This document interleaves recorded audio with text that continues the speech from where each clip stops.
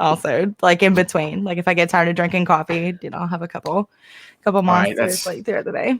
Okay, so you scare me now. He drinks Death Wish and then monsters. I can't function without my caffeine.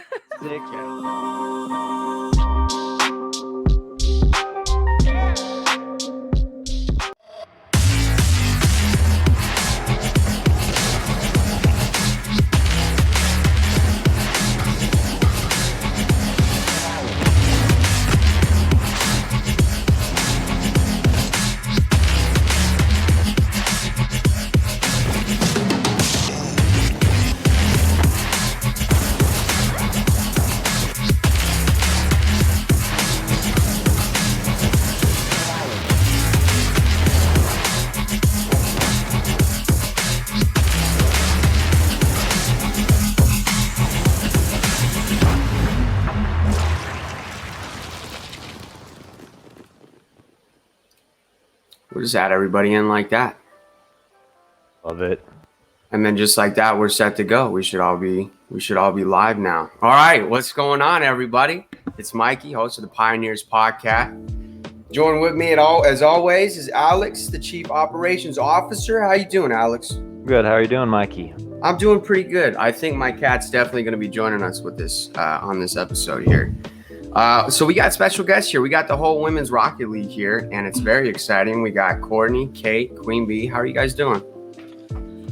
I'm good. How about you? Oh, I'm doing pretty good. Drinking the coffee, letting it kick in.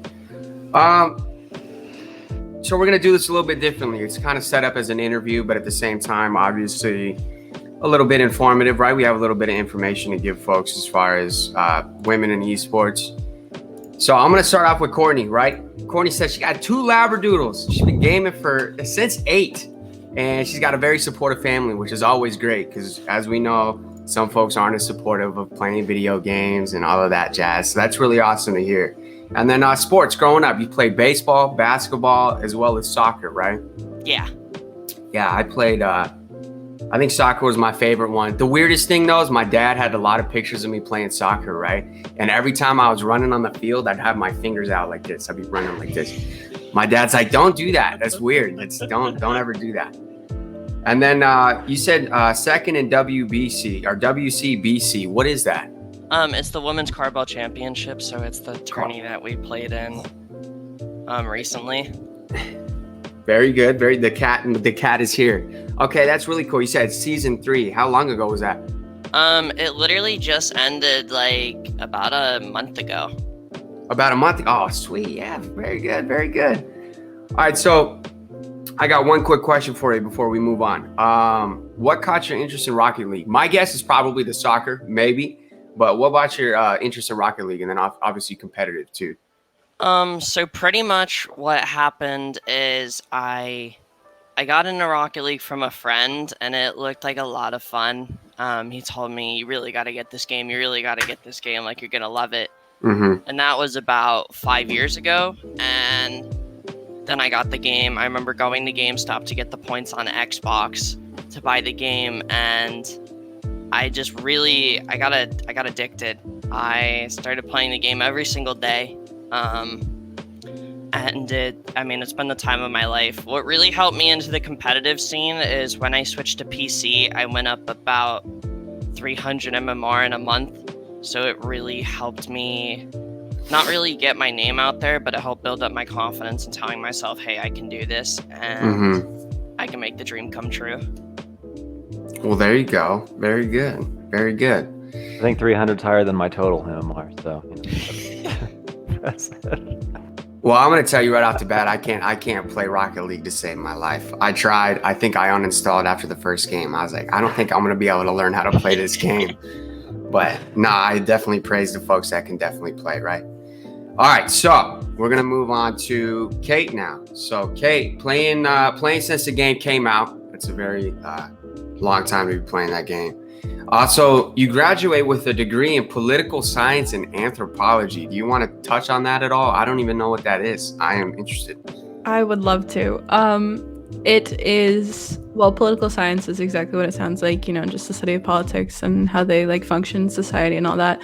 Anthropology is actually funny because while I was doing my degree, I just like decided to take just like extra classes, and I was like, oh, all this anthropology class looks cool, this one, and then my advisor was like, oh, by the way, like you're about to basically have a minor. So I was like, oh, okay, I guess I'll just like add that on. So then I just kind of added it on as like something that I was just like totally interested in, just like for fun, and now I'm gonna get a degree in May. Okay, that's very good. I don't go to school currently, so that's definitely awesome to be going to school. And then at the same time, obviously, competitive esports, right? Wow, I just totally rocked my microphone. That's pretty cool. I do that all the time. Yeah, right. It's always right in the way, no matter where I put it. So the question for you is, how did this team form? How did you guys come to be? Well, at least for me personally, Courtney and Kira's on a different team this season. But Kira came to me. She was like, we need a sub for I think it was the first season, or maybe it was the second season. The second season. They were like, oh, do you need a sub? And I was like, oh, sure. And then, so I joined them like as a sub, but I think I played like the majority of games. Courtney, you can correct me if I'm wrong. I kind of can't remember. It was kind of like a rotating roster. So like, we did. And then the third season now of WCBC, Courtney and I stayed together, and then she brought B. I didn't know B at that time, so she just brought B, and then we just all came together. Okay. And speaking of Queen B, last but not least, of course, video game veteran, right? Gaming just about under 30 years, but she says that she's humble but sets the bar high. And 5,000 hours in Rocket League. That's a lot. That terrifies me. So I'm not playing. So I'm just putting that out there right now, right? But I have a question for you, Queen Bee, since you've been around for a little while. What's like one piece of advice that you can say right now as far as surpassing female discrimination in like the competitive scene? It is not going to stop. There's absolutely nothing you can do to... Unfortunately. Yeah, nothing that you can do to have discrimination against, women in the gaming scene. It's pretty much, and I hate to say it, you're just going to have to suck it up and deal.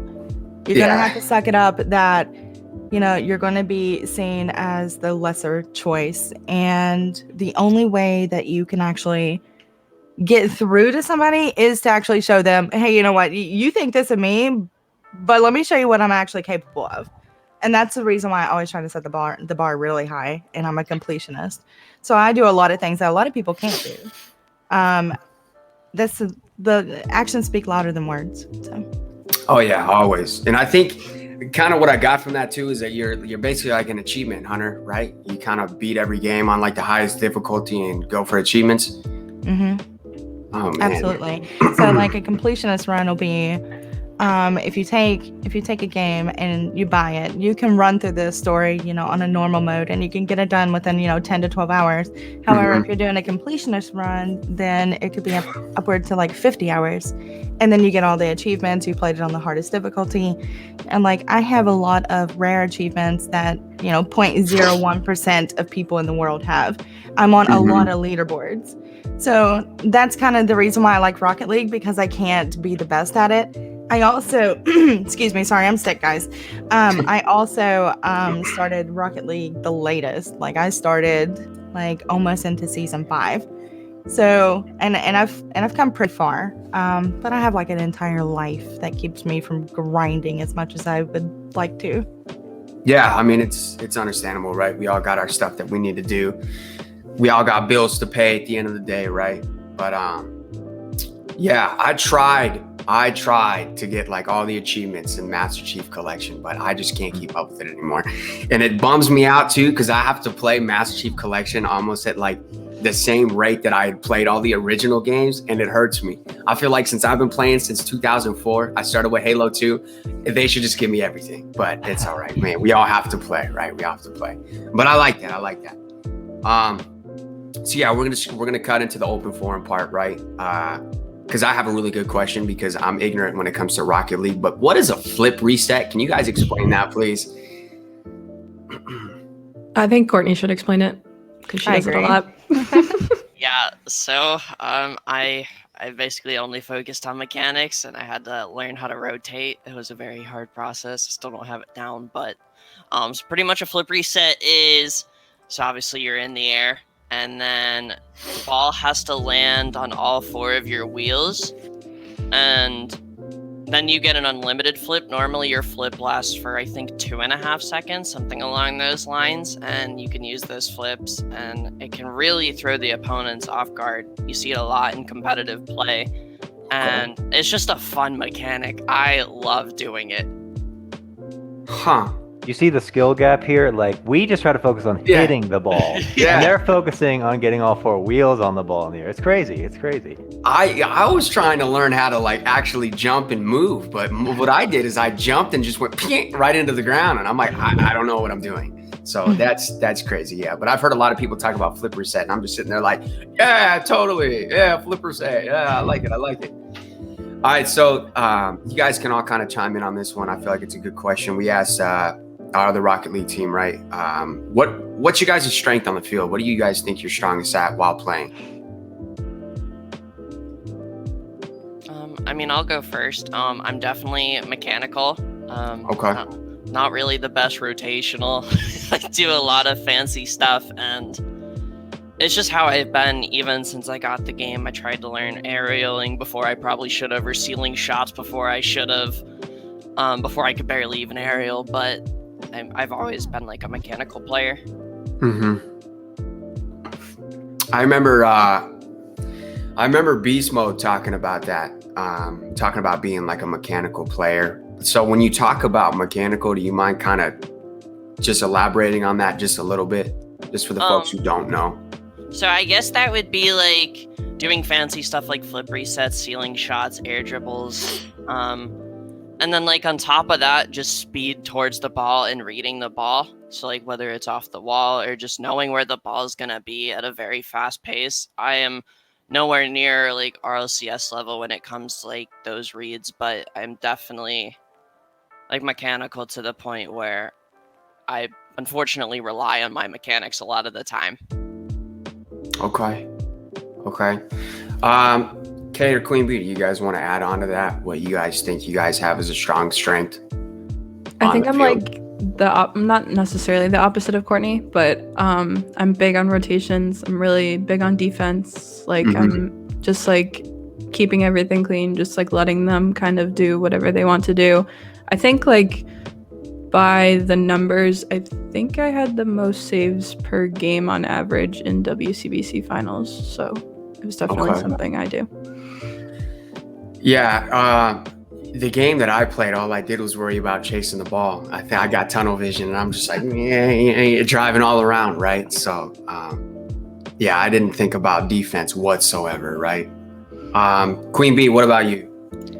Outside of WCBC, usually I am strongest in my defense. But playing with my team, I'm typically trying to be the filler and the second man. So I go between, the support between both of them.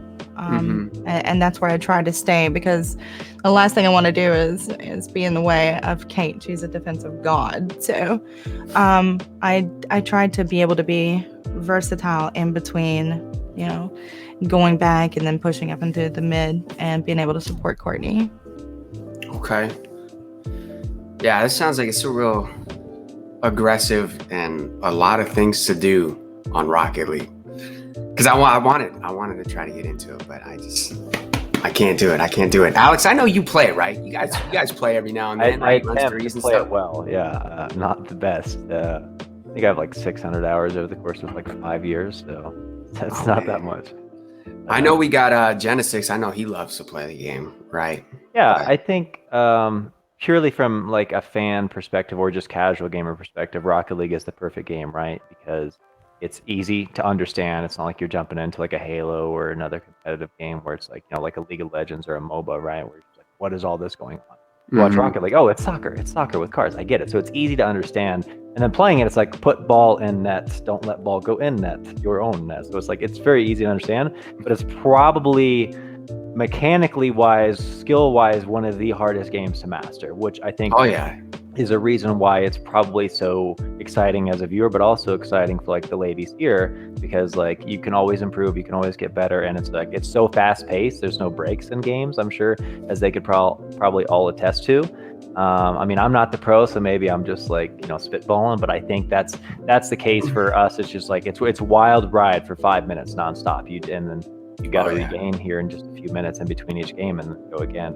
I think that's what makes it such a difficult game to play at the highest level, because like when Courtney was talking about mechanics, and I know from you as a casual player, Mikey, it's a little hard to understand all of what mechanics means in Rocket League, but you kind of start to understand how much goes into it, right? Like rotations and skills and everything else that gets involved. And so people can kind of get an understanding of like, what does it take to get, if I want to be a competitive player at the highest level, there's all these different things to work on. So I would like to ask the next question though, as far as like, since we're talking about like the esports and growing as an individual player, like what's something you all are looking at focusing on a little more as like to improve your own individual game?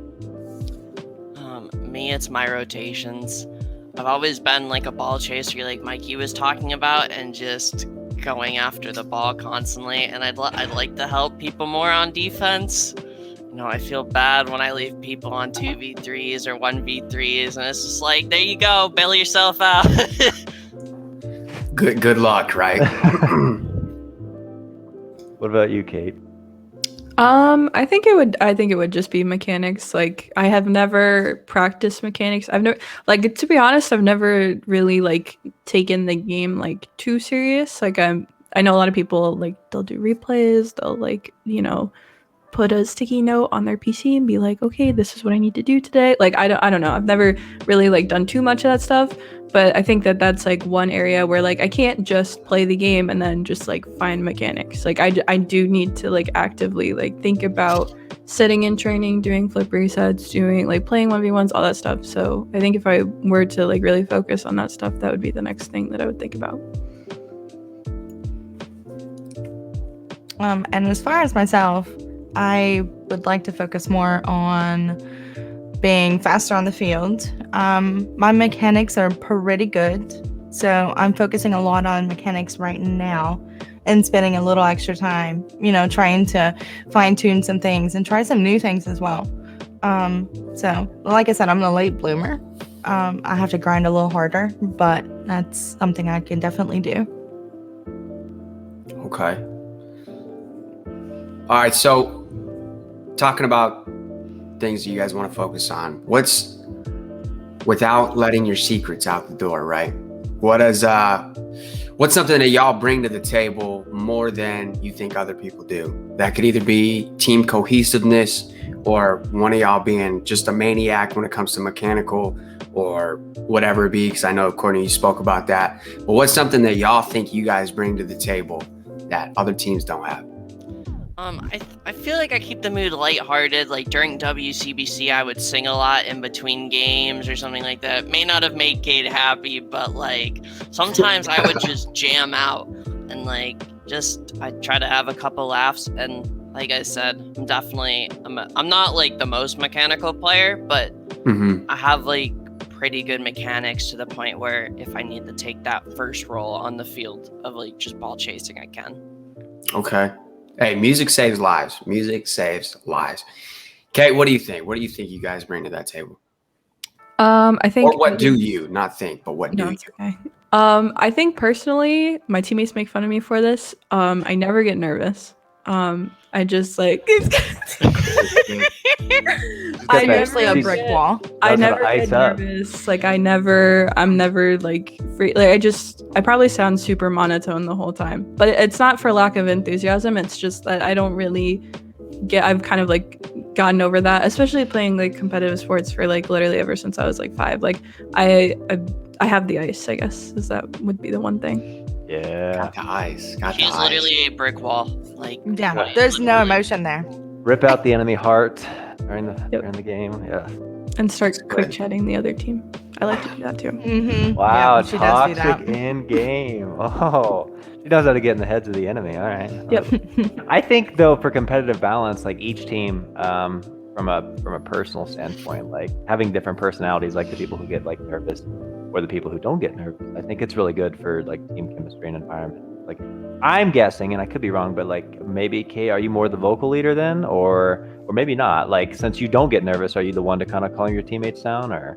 Yeah, I think so. Especially like in between games. I think that's usually like where I'm kind of talking about what we need to do, just in like a like general way, like everyone, you know. And it's like it's strategy, but it's also like in between games being like, all right, let's take a deep breath and like just, you know, because and you can tell like when I can tell when my teammates are nervous, even on the field, like in the way that they play, I can tell.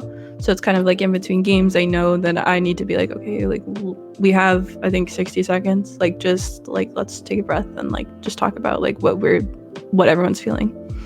Yeah. That's funny. Somebody gets aggressive and they're just like, send Kate in, man. Send Kate in. She's going to destroy him. I love it. All right, Queen Bee, do you want to add anything onto that? Actually, I have to kind of piggyback off of Courtney here because we feed off of each other when we're playing together. Mm-hmm. She can get really hype, man, and scream out, you know, it's Swole Nation and everything else. So once she gets going, then I'm able to feed off of her, and then it's a really good time. And then Kate, you know, like she said, when it appears like we are nervous, which, you know, there was a lot of moments when we were nervous. She does a good job of trying to bring that down and keeping it down to earth. And my team is not full of toxicity either, so it's comfortable. So. Okay. I like it. So yeah, the cohesiveness is there, right? That's really cool. I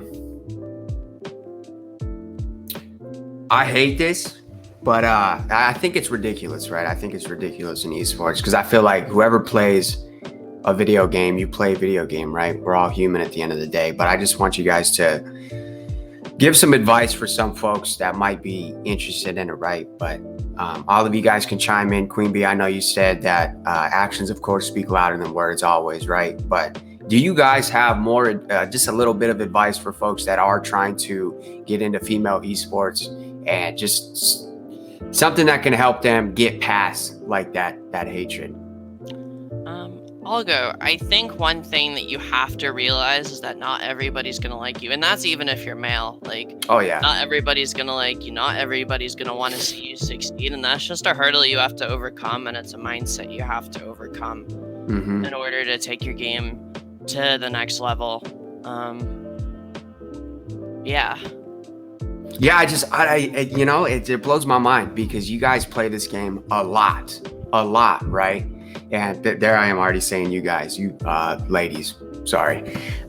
You guys play the game a lot and a lot more than a lot of other people. And then you have people that hate that. You see what I'm going here? Like, it just doesn't make any sense to me because you guys play the game. That's all that matters. If you play the game, you can compete. It's easy as that. Kate, what do you got? I had kind of talked about this on a different podcast, but I think it's kind of like twofold, especially for people like women in the industry. It's like for one, it's okay that women might not like games as much as men do, and like that's okay. But then the people who like want to be involved, I think like at least for me personally, it's not like playing video games was never something that I was like, this is where I want to take my life. It was always like, okay, let me like play this thing on the side and, you know, just let this like make me happy, and then I'll continue, you know, like studying and getting a job and all that stuff. So I think that like if somebody were to be coming into the industry, I think that it's important to love it, because if you don't, it's going to be really hard to keep going, because it's going to be like there are going to be people who are putting you down constantly and stabbing you in the back and doing all this stuff. And I think that like, at least for me, the fact that this is something that is like on the side for me has kind of taken all those experiences where I've been put down and backstabbed and all that stuff, and it's kind of made me be like, okay, I don't want to really like involve my life in this. So that was more like my personal choice, because it wasn't something that I loved so much that I wanted to keep going. But if that was for someone, I think that you just have to make sure that you really love it, like love what you're doing. Oh yeah. I wish a lot more people were humble too, because I feel like a lot of people are like definitely sore losers, right? They'll be like, they're whatever. But it's like man, y'all would put me in the dust if we played Rocket League, let me tell you. So I cannot say anything, right? But I don't know. I just don't get it. Queen Bee, what else do you got? Unless what you said was it. I also agree. Coming into the gaming industry, if you're just playing, casually or competitively, you have to love what you're doing, and you have to realize, like Courtney said, is not everybody's gonna like you. There's gonna be people that are sore losers and bullies. I mean, they're just gonna bully you just because their life is bad and they got some things going on. So every time I catch any kind of hate on the field, I'm always like, and it does kind of seem like it's kind of like being a smart ass about it, but it's always like, listen, you're loved. I'm sorry that you're upset today, but you're loved. Let's go ahead and finish this game now, because it's just, I don't have time for that. But it's not going to stop. So just mute up and play and have fun. First and foremost, have fun. Hey, yeah, always right. Always have fun. But I think what's funny about it too is that if somebody's like actually hating on you, they're putting so much effort into focusing on you. And I think it's like the funniest concept, right? Because you got to be doing your research and you got to be doing something in order to hate on somebody, right? Unless you're just blatantly like, you suck, and then you leave, right? But I feel like people, it's funny because people really focus on somebody that they want to hate on. And it's like, you're putting that much effort into something like that. Like, okay, something a little wrong there. I got a side question though, real quick before Alex. I know you want to talk. Do either of you guys played Halo? Mikey loves Halo. Yeah, Halo's like, I live by Halo. I played like once on when I was still on Xbox. It was definitely a fun game, but when I was younger, I was always into sports games. Like I'd play NBA 2K, Madden, Wii Sports, best game of all time. Yeah, let's go. Yeah. Like those were the games that I would constantly play, like all the time. My dad rolled a perfect game on bowling, and we all freaked out as a family. We're like, oh, yeah, it was good. What about you, Kate? You play Halo? I had never played, but I watched the KCP team play, I think Sentinels, I want to say someone, I can't remember, but it was so cool. And my boyfriend, like, he knows like a lot about it, so I was asking him like, what is that? What are they doing? What is this? Like, but I loved watching it. It was super cool. Okay, I'll take that answer. All right, what about you, Queen Bee? You play Halo? I literally played it like one time and was like, no, it's not for me. But the time that I did play it, I was into competitive Call of Duty. So my focus was completely just elsewhere. Did you like Black Ops 1? I did. I started playing Call of Duty when Modern Warfare 2 came out. And then I ended up meeting up with the clan, and then we went into the whole MLG gaming and things like that. Black Ops 1 was okay. Don't get me wrong. I had a great time on it, but I prefer Modern Warfare 2 as I'm just, old school with it. And if I had to pick a Black Ops 2 was amazing. Oh yeah, the community on Black Ops 2 was so fun. You could literally just get in a game and there's at least like 10 people chatting, right? And you could just go back and forth. But I'll still never understand to this day why the AK-74U with rapid fire had better accuracy than the regular AK. I was like, absolutely. What? Made no sense. Sense. That was good stuff. I have a funny story about Black Ops 1. Say so, I was like 9 years old at the time, and when I was younger, my dad used to love playing zombies. He'd play with my uncle, or he'd play with his friends, and he was playing zombies one night, and I came downstairs, and I don't remember what I had to tell dad that like mom wanted something or something, and like this zombie just came out of nowhere and just freaked the crap out of me. Like I literally screamed off the top of my lungs, and I've had I can't do zombies ever since then. I can't. I remember being scared of zombies when it first came out. I was obviously younger. And then I remember starting to play it, and I was like, I love it so much. This is so fun, finding all these Easter eggs and everything. But that Halo question was the make or break. So that's it for the episode. We hope you guys, no, I'm just kidding. Yeah. All right. Alex, you're good to go. No, actually, since we brought it up, I was gonna say like the toxicity in today's esports industry, especially towards females, like we don't even want to get into the toxicity back in like Modern Warfare lobby days. Like holy crap. Yeah. I think nowadays, since like obviously the internet's forward through all this stuff. Well, I love that video too, where it's like, how did the youth survive this recession or whatever it was? And then it's like the video of like Modern Warfare 2 lobbies and everyone's screaming at each other. And I'm just like, that was funny. It was terrible. Like obviously there needs to be like some kind of moderation, but I think if I remember what I was going to go into, as far as like, when females kind of get into the industry and how do they handle, I can't speak from experience, obviously, but I think part of the problem is like, one, it's the internet, right? Like the internet's just a really it's an amazing place, but it's also a very mean place because like you go to any YouTube video or TikTok, like people will just hate for literally zero reason. I don't understand why, but like, I think it's the cool thing to do for like, because when we were younger, when we were growing up in middle school, like being mean was like, to be seen as like, I don't know, it's just a weird way like our society is. But like, I think from the internet's perspective, like, or being on the internet, like you can just hate for no reason because like, even if you think it's cool or you just have a lot of negative energy because it can be said like you're loved, maybe they don't feel loved, so they've got to take it out on somebody else. And I think part of the problem is like, there's no punishment usually for just like hating on people on the internet, whether it's in-game chat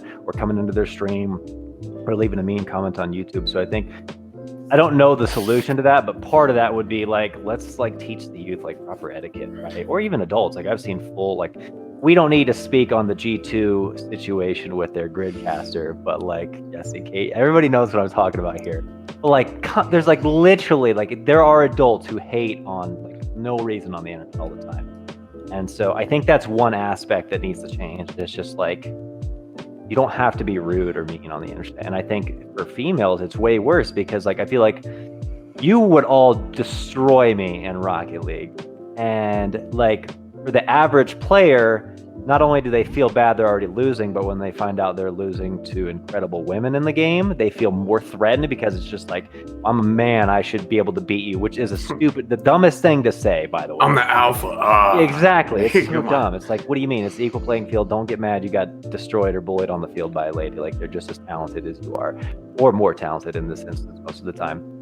But I think a lot of it is just like, yeah, it's like male dominance. They feel threatened that like, well, men should be better video games where there's literally no reason. Actually, I think that there's a lot of studies out there that show like women in the industry, just from a casual perspective, is like literally almost 50%. Like it's not talked about as much, but women play video games just as much as men do. And I think people need to educate themselves to be like, I know when I was growing up, like most people, at least publicly, like men talked about like they played video games and women didn't. It's like societal roles and all that jazz. So, but I think they used to get aggressive at events too, like the old Halo 2 events. They used to Halo, Gears of War back in my day. Oh, it was bad. Man, yeah. We'll have to get Hustlerette on here one time. She used to be a professional. She's part of KCP as a content creator, and she used to be a Halo pro. I would love to hear how the ladies used to go at it. Did she ever beat somebody up? Oh yeah, she said there's videos out there of her screaming. But yeah, I think for like, I would like to know, like in general, I'll just kind of open this up to everybody, but how do you think the industry or individuals or the orgs, how could they help support and overcome the narrative of like women in the industry? How can we provide support and like help teach people and understand that like women deserve to be here just as much as men do, and they don't deserve the hate, whether you're a content creator, streamer, pro player, or you just want to play games casually? Like how it's never going to be a permanent solution, but how do we make it better or easier in your opinion? I think it's all individuals, honestly. Like I think at least for me, like it's harder in Rocket League because there's not like a voice chat, but at least when I play, Overwatch, Valorant, any of those games, if there's someone who wants to be rude to me and then the rest of my teammates are like, hey man, like that's so cringy, like please stop, like you, and it's obviously it's not great when they start bullying the guy back, because then I'm like, okay, let's not do that. But it's like when those type of people feel that embarrassment of like, okay, this isn't cool, I'm not like, the rest of my guy teammates are telling me to stop, then I find at least usually when that happens, then they do stop and they do feel embarrassed. So it's like, I think that it's going to just come like with time where generations grow up to be like, okay, I grew up in a time where, like it was okay for women to like be in video games and I was around them all the time and that kind of stuff. And then now like when that next generation comes, for them to be like, shaming my teammate for doing this bad thing is going to eventually, I think, kind of like not entirely get rid of it, but I think it would help a lot. I think it mostly has to come from other individuals being like standing up for women. Okay. I think it definitely needs to be passed on too, right? That anybody can play video games, right? It's a game. All you got to do is pick up the controller, mouse, and keyboard, whatever it is, and just play. Have fun, have a good time.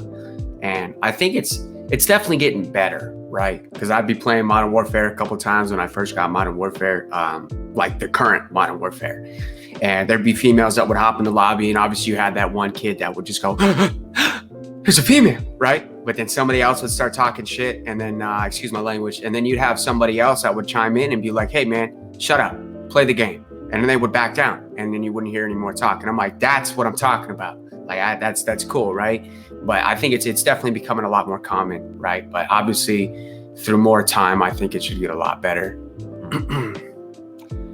Yeah, I mean, I have to agree with Kate. I think it's up to individuals. I think it's a combination of like also just standing up for ourselves and just being like, yo, what's your problem? Like, I'm just here What's to the problem? game. Trying to fight? Yeah, like I'm just here to game, and like, I mean, I think I hope it gets better in the future, and I definitely think it is getting better. I think, like Kate said, I think it'll just come with time. Mm-hmm. And I liked what Queen Bee said too. And Queen Bee, I'm gonna obviously give you the opportunity to speak, but that action speaks louder than words, right? That's definitely true. That's always the best, when somebody's like just yelling at you, and you're just like, "Oh, okay, check this out. Quick scope." And you just destroy their lives.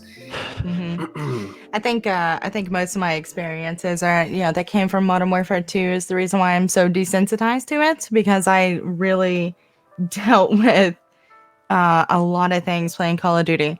And now, like, it's a little different for me to handle it. But I also agree that the support, it definitely helps whenever somebody, is speaking up and letting, another guy know, oh, hey, this isn't actually cool. This is cringy. You need to stop. And then I think that embarrassment shuts them down. And actions do speak louder than words. Like I'm one game, I'm one tournament off right now in Rocket League to be in at SSL MMR. And I ran into a team. I was playing with my mods, and I had ran into a team that was 3 SSLs. And who are they attacking immediately? Like, they all 3 were attacking me. And I told him, I was like, shut up and just play the game, dude. Like, I don't care. I'm trying to chill with my mods. And I was actually clapping them, which was great. And I didn't do a whole lot of talking. But last night playing in ranked, I ran into him smurfing in 2s. So then they're like, "Oh, look, here you are again," and blah blah blah. And I was like, didn't you like get clapped last night by me? So I don't need to hear your mouth, so shut up. Like, so actions definitely speak louder than words. They didn't say another thing the rest of the game. Like, they literally just shut them down just because they remembered what happened last night. It was great. But you just gotta, like, take it with a grain of salt, mute up. And everybody supporting women in the industry is definitely helpful. Okay. I think we just got a really good question. Mark just put it in right at the perfect time, but I'm going to put it up. And I know it kind of ties into what you had said, Alex, but I think just from you guys, ladies, my apologies, I keep saying that. What do you guys think that orgs or publishers can do better to support and make that change for women in esports? I think it's just support.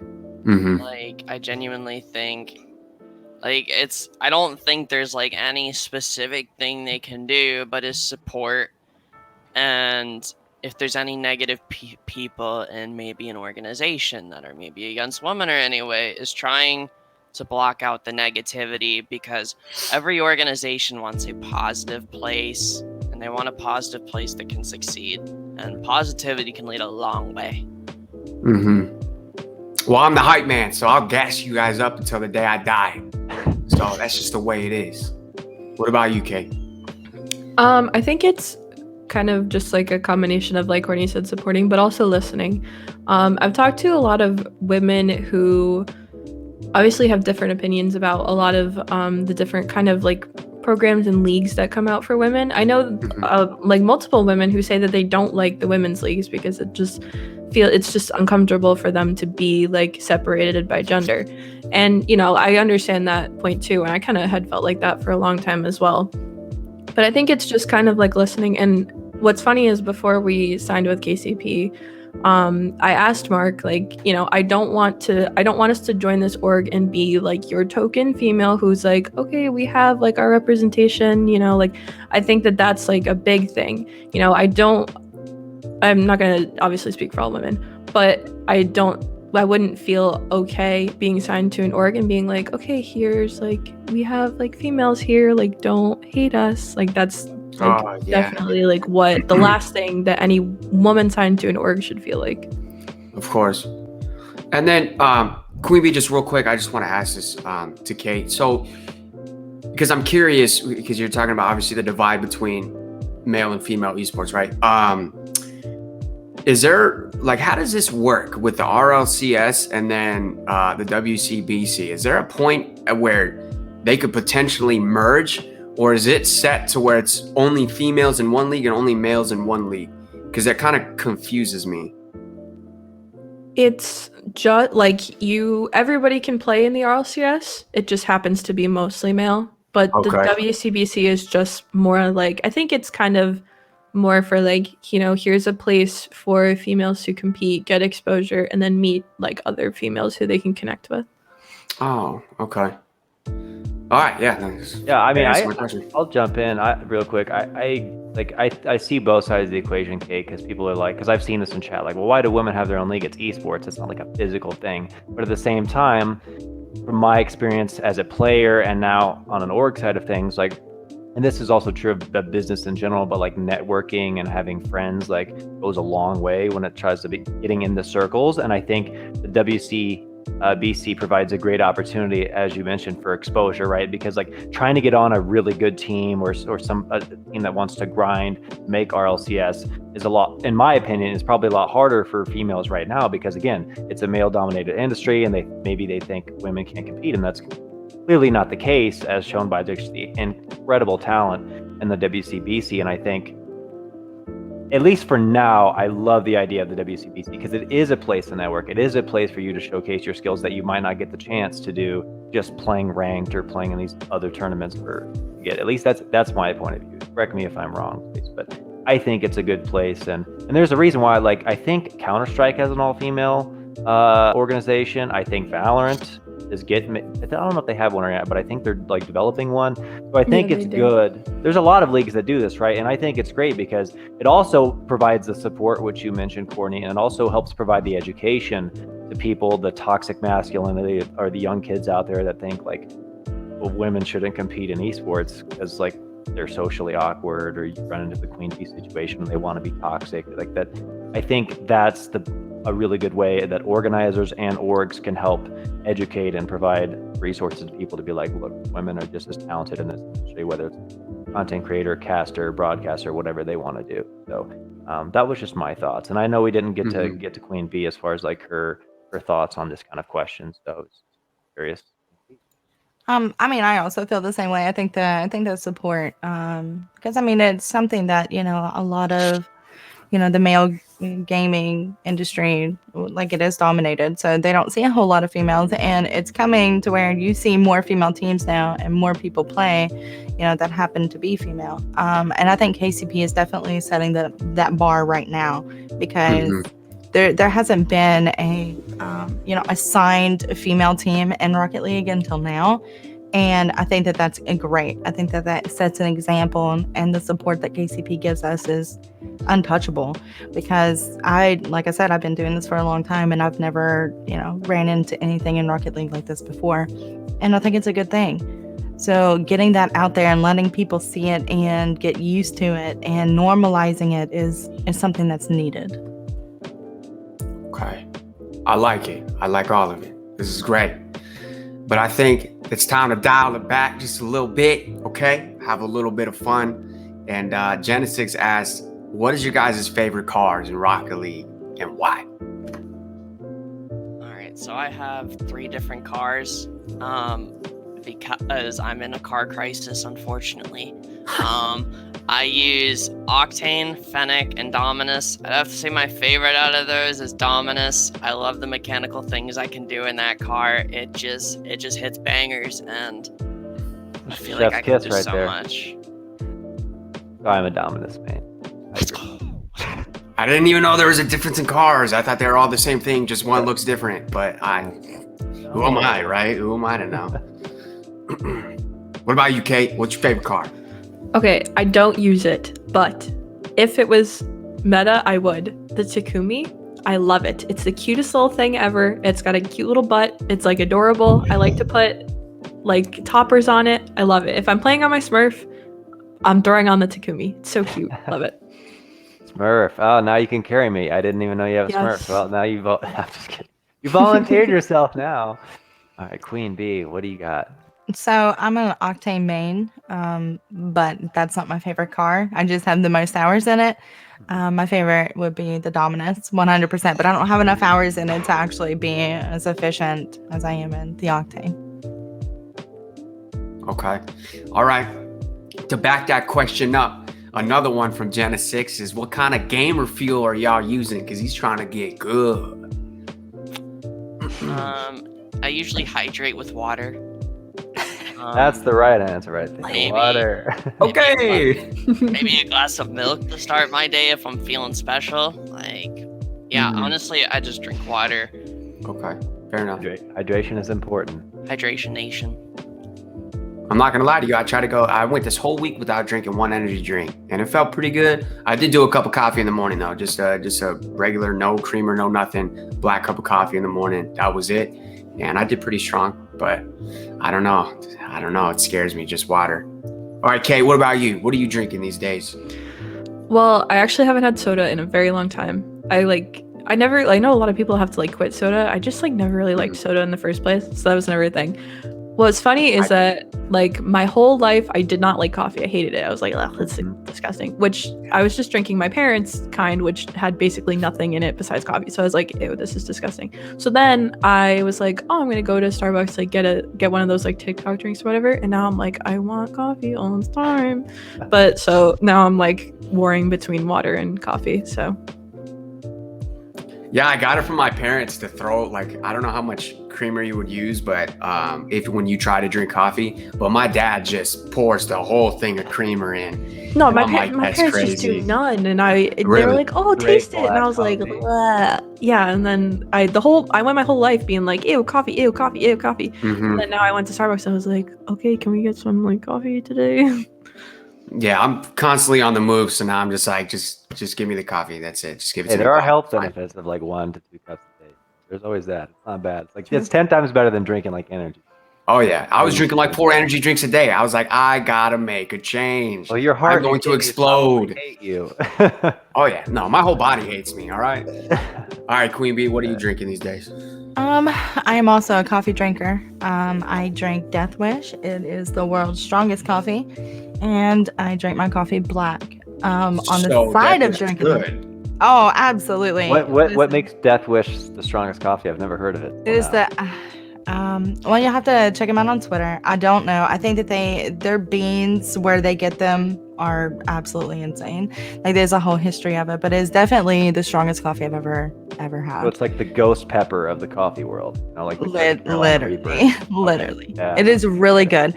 It's kind of expensive. Like It is. That's why I never bought it. But now that I know it's good, I'm serious. It's kind of expensive, but you don't use a lot of it. Mhm. So, doing the recommended, amount whenever you're making a pot of coffee is actually much less than what you would do with like Folgers or something like that. Okay. Do you use K cups or grounded? No. I get the beans and grind them. But on the side of that, I drink probably, I don't know how many monsters a day. Also, like in between, like if I get tired of drinking coffee, I'll have a couple monsters like throughout the day.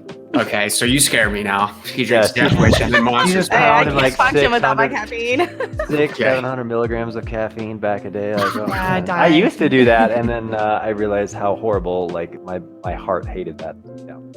Yeah. if I had that much caffeine, I'm gonna be honest, I'm very energetic. I have a lot of energy. I would bounce off the walls. I start shaking. Like, I don't understand how, like, I drink like one Starbucks thing and I'm like, oh my gosh. And then I have one Monster and I feel like I'm going to explode. Like, I don't get it. See, the thing is, Horrifying. I'm old. So I've been doing this, all the way through college and everything else. And I have a tolerance to it. So it doesn't even affect me. I could drink a cup of coffee and go directly to bed. And I'm fine. Oh God. Sounds like my mom.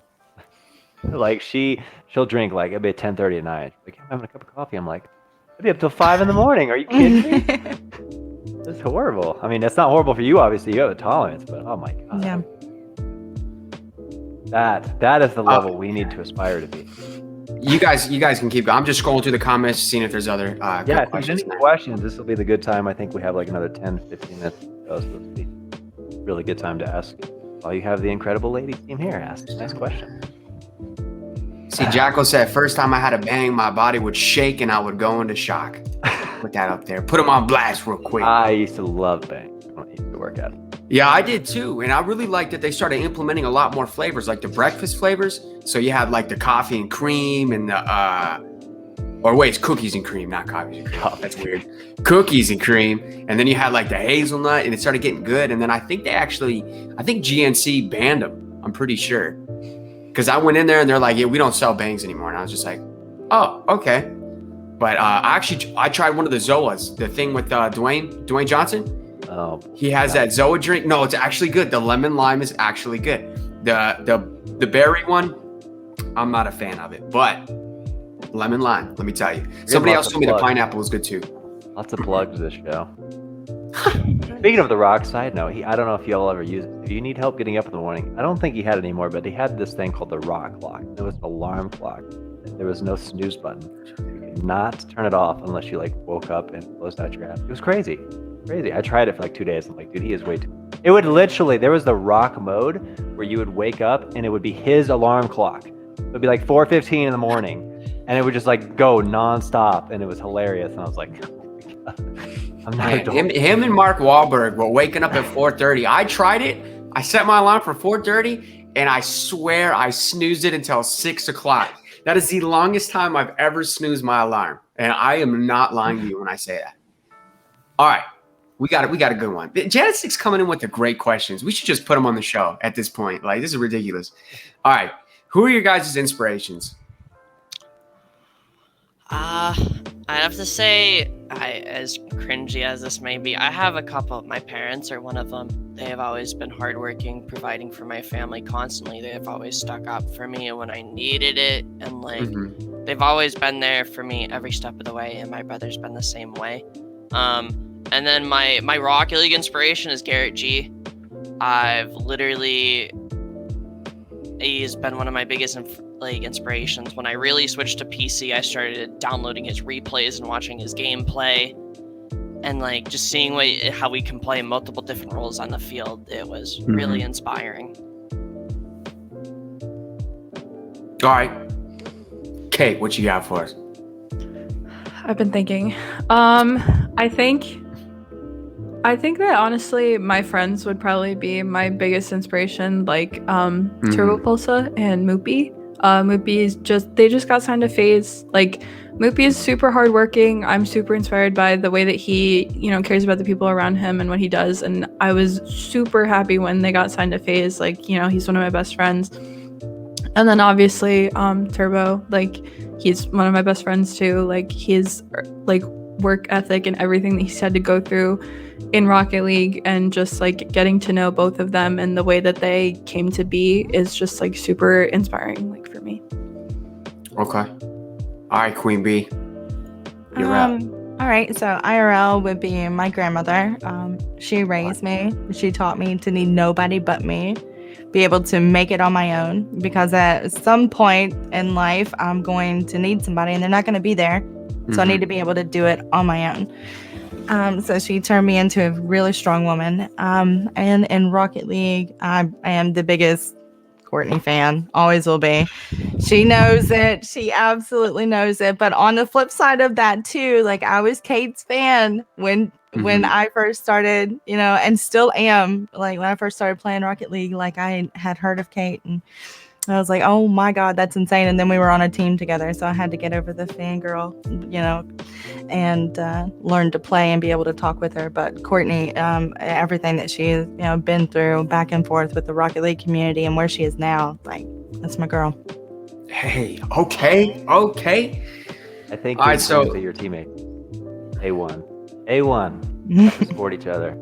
Yeah, Oh, yeah. I can already tell. I love the Can we go to the next question? Team. I almost had to do a shake my head when we love-hate relationship. Great, obviously the Tom Brady of Rocket League probably. But we don't need to talk about what happened last grid in Game 5. And I was actually like, I was like, oh. Kate brought some bad juju on us. That I turbo think I did. answer. Mhm. That was but to be fair, they deserved it. We did knock them out of the region, which was 5. But we loved her. And then FaZe, they actually, which I'm gonna fanboy for a second because I've been around the block for a very long time, obviously. But just us being able to play FaZe, and then move to Euro or Gyro and Illusion, all of that.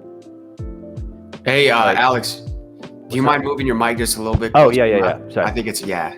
So, You're but FaZe, they posted a clip the other day of Gyro hitting an absolutely insane double flip reset on us, and it was incredible. Don't get me wrong, but we won at the end of the day, which was really awesome. So us KCP beating FaZe is that's like a dream come true, right? Like we're the underdogs of the industry, and then all of a sudden going up against the Envies and the Energies and now the FaZes of the world is just absolutely incredible to think about. So yeah, Kay, I mean we have a love-hate relationship here. But yeah, I mean these people are the titans of the industry, right? And I think it's always good to kind of look up for those who caved. Mikey, what's the next question you got for us? We had 1,000 in chat, so. Yeah, I think we're just gonna do one last question, but I do want to touch on this one though. XLJV, he had said, "What's one thing that the whole team needs to work on?" But I already know we touched on that. So just to let you know, XL, this episode will be put on YouTube in the next couple of days. So if that's something you still want to get the answer to, you can definitely check that out on YouTube. It's obviously Kansas City Pioneers, and you can listen to that portion. But Trauma Llama asked this, and I thought this is pretty cool too, because music saves lives, right? Courtney knows. But what's the music that you guys are vibing to lately? Let me throw it up. Me, it's NF. I've loved his music. I haven't really gotten into rap until recently. I was always a pop girl, like Katy Perry, I Kissed a Girl. That was my jam. But lately, I've just loved NF's music. Always talking about issues and stuff. I just really enjoy it. Yeah, that new album's, I've heard that it's really good. Yeah. And then my buddy, he sent me the video to story, and he was like, "Yo, watch this." I'm like, "Yeah, I like it. It was good." NF is incredible. And I want to do a little plug for KC because he had Tech 9 on one of his tracks, which is an incredible song. Tech 9's from Kansas City, so hey, gotta get a little plug in there. I like Tech 9, but I'm a big Hobson fan too. So Hobson's incredible too. Lost, that song was incredible. Yeah. And I have so much respect for the fact that he didn't curse in his verse. And I don't think Tech 9 did either, did he? Nope. Yeah, they think they both kept it clean. And I'm like, that's so cool, man. To be able to get to that position in the music game to where people respect that and they're like, yeah, no problem. No problem. And I think, right, Kate. Well, wait. No, I was just gonna say, I think, I think NF stays true to who he is as a person, and I think that kind of resonates with being a female in this industry, is being true to yourself and always being positive and uplifting the best you can, and that's what brought NF to where he is at today, and I think that's how we'll get there. I just thought that was a nice little metaphor.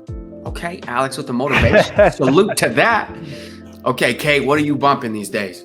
Okay, this I'm gonna own up to it because I've been embarrassed. I hide it on Spotify every single time I'm watching. Let's go. I have a playlist of, it's obviously depending on people's ages. For me, it's a throwback. It's middle school songs. So Katy Perry, Black Eyed Peas. I'm looking at it right now. Mm-hmm. Jason Derulo, Sean Kingston, all those. Sir. Yeah, and I think I had been listening to some song, and I was like, you know what, I'm gonna make a middle school dance playlist that I had and I love it. I keep listening, but I pride myself on loving literally every single kind of music. I have 27 playlists, and they're all just different genres of music, and I promise you that anything that you send me, I will probably because I love everything from literally metal to dubstep to I don't even know, rap, I guess, everything. But all those artists are very talented. I don't know why you're like afraid of like. It's just sharing like, that. I don't know, like somebody sees me like rocking out to like Katy Perry or something. Like, No, I'm like, no. oh no, somebody's gonna screenshot that and I'm gonna get a Discord message like, what's Kate listening to? Actually, Trauma Llama dropped in chat. I said One Direction is my guilty pleasure. I think One Direction's like, I think they have some banger songs. Like, hey, my middle school days, by the way, this is a really throwback, was like Jesse McCartney and like all those young cats in the game. And like, I still listen to those people to this day. Like, I mean, hey, there's nothing wrong with it. Every now and then, just throw that song on. I was big into like the Usher and what is it?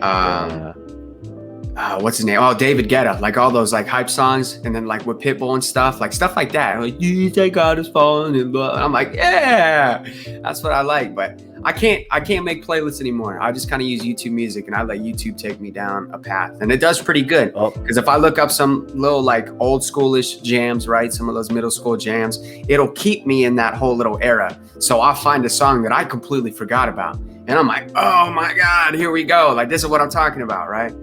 But I just can't build them anymore.